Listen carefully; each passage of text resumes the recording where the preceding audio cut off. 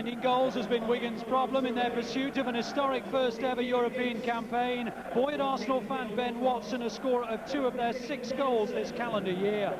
Arsenal have only conceded 4 in the league in 2009, but injury sees 3 defensive absentees, including Manuel Almunia, so Lucas Fabianski deputises.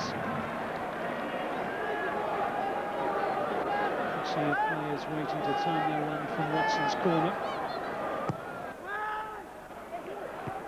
Touch from Boyce on towards Mido, and it's gone in. It's his 2nd goal since joining on loan from Middlesbrough. It's his first from open play. Fabianski got a piece of it, but it wasn't sufficient to keep it out. Looking for their first ever win in the Premier League against one of the big 4. They have a terrific start. Figure out.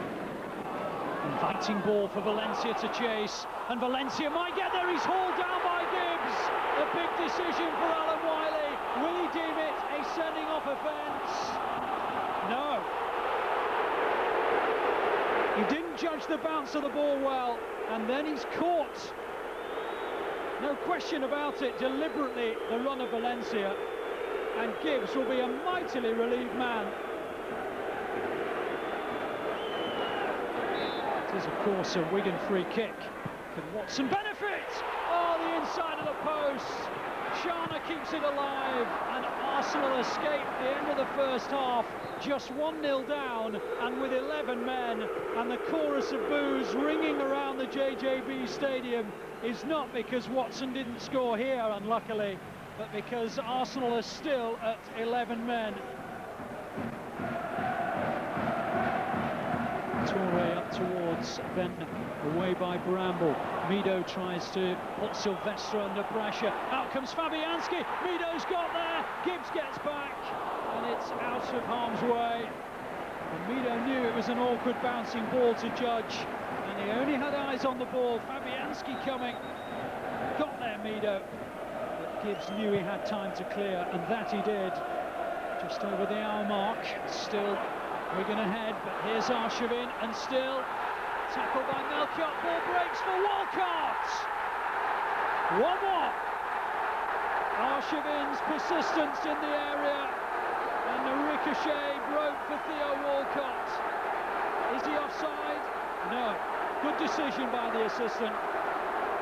Wigan looked for the flag, none was forthcoming. And Arsenal just past the hour mark are back at 1-1. Fabregas meanwhile goes on, and of all people to pop up, it's Mikhail Silvestre. Fabregas slots it through, and Silvestre beyond what was largely an unguarded goal. It's his 2nd of the campaign, and from a goal behind, Arsenal are 2-1 up. Roger away by Gibbs. Shana losing out, Van Persie, and now Adebayor. Fabregas trying to get himself free of Kumas, but Kumas has done well, and then he's given it to Arshavin, and having done well, he then presents the 3 points to Andre Arshavin, and Arsenal will emerge victorious. And they could have won today, Wigan. They're going to end up losing. Adebayor into Fabregas. Kumas, well, everything was right up to that point. And Arshavin couldn't believe his luck.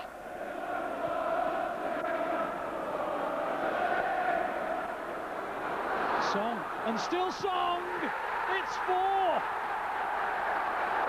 Wonderfully taken goal by Song. It's just like a magnet to his feet here. Lovely football, lovely balance, composure to finish. And from 1-0 down to 4-1 up tells its own story about Arsenal. 18 games unbeaten now. We played a cup game today against, after the Champions League game away. You go away in such a atmosphere we had today, you need to be strong, and we were. There were a few turning points as well, I must say. Wigan hit the post at 1-0. But in the second half it was all us, and we looked dangerous every time after we had the ball. Big turning point of the game was obviously the situation right at half-time. When they go down, now I'm not saying we would have won the match. It's a darn sight easier against 10 than 11, I can assure you. But the big disappointment for me is the second and third goal for us, where all the hard work and good work we've done has gone out the window, because that's ridiculous and so not like us. Against Arsenal, they were 1 up. Should they have been playing against 10 men? Well, first of all, Arsenal are going really well. A great result in midweek. But Wigan 1-0 up, and this was a massive decision because it might have, you know, turned the game, like Steve Bruce says, it's easy against 10 men. Valencia and Gibbs, just a ball over the top. He gets in front of him. Gibbs has a tug there. Sylvester's nowhere to be seen. It's a red card. Next week, you'll see the same incident, and it will be a red card. And this is where there's a discrepancy in the law, because it's down to interpretation, and 1 week will be different from the next. Right, let's take a look at the latest Barclays Premier League table. Manchester United a point ahead of Liverpool with a game in hand, with Chelsea a further 3 points back in third. As things stand, Liverpool have the better goal difference, which could be a factor. Arsenal in fourth, 9 points clear of Aston Villa in the race for the final Champions League spot. Villa can cut that by beating Everton. Bottom three all picked up points, although West Bromwich Albion is still 7 points from safety with 6 to play. Sunderland are hovering just above the relegation places after a 4th successive defeat.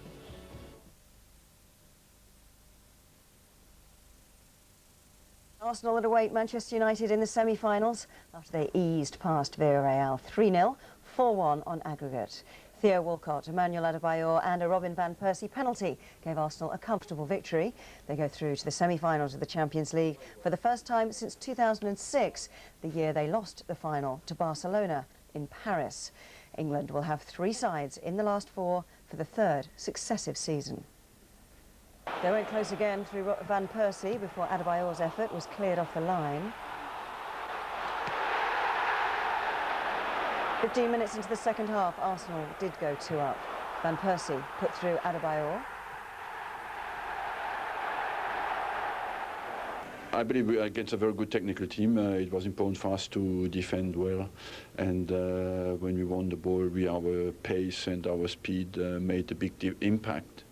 And overall, that was the difference between the two teams. At the end, 3-0, I think is quite fair. I think we could have scored a few more, but let's not be greedy. You know, at the end, you know, we knew we have a very important semi-final on Saturday in just 3 days, so we needed to keep it low a little bit. We have 3 targets, of course. We have reached the first one. Now let's focus on the second one. What are your thoughts about facing Manchester United over 2 legs in the semi-finals, Alison? It will be interesting. Big challenge, a good challenge, but we fancy that. We are excited about that, and we'll give absolutely everything to go through. It's massive for us. It's a great opportunity, you know, and we will take it for sure. We are very excited about it. But let's be focused about Chelsea first, because they are an amazing team. They are also in the semi-final, and it's a very important trophy for us, the FA Cup. The first leg of Barcelona against Chelsea is on Tuesday, April the 28th. Manchester United's first leg against Arsenal live on Sky Sports 2 and HD2, April the 29th. 6 days later, Arsenal play Manchester United at the Emirates for a place in the final. The following day, it's Chelsea against Barca at Stamford Bridge, live, Sky Sports 2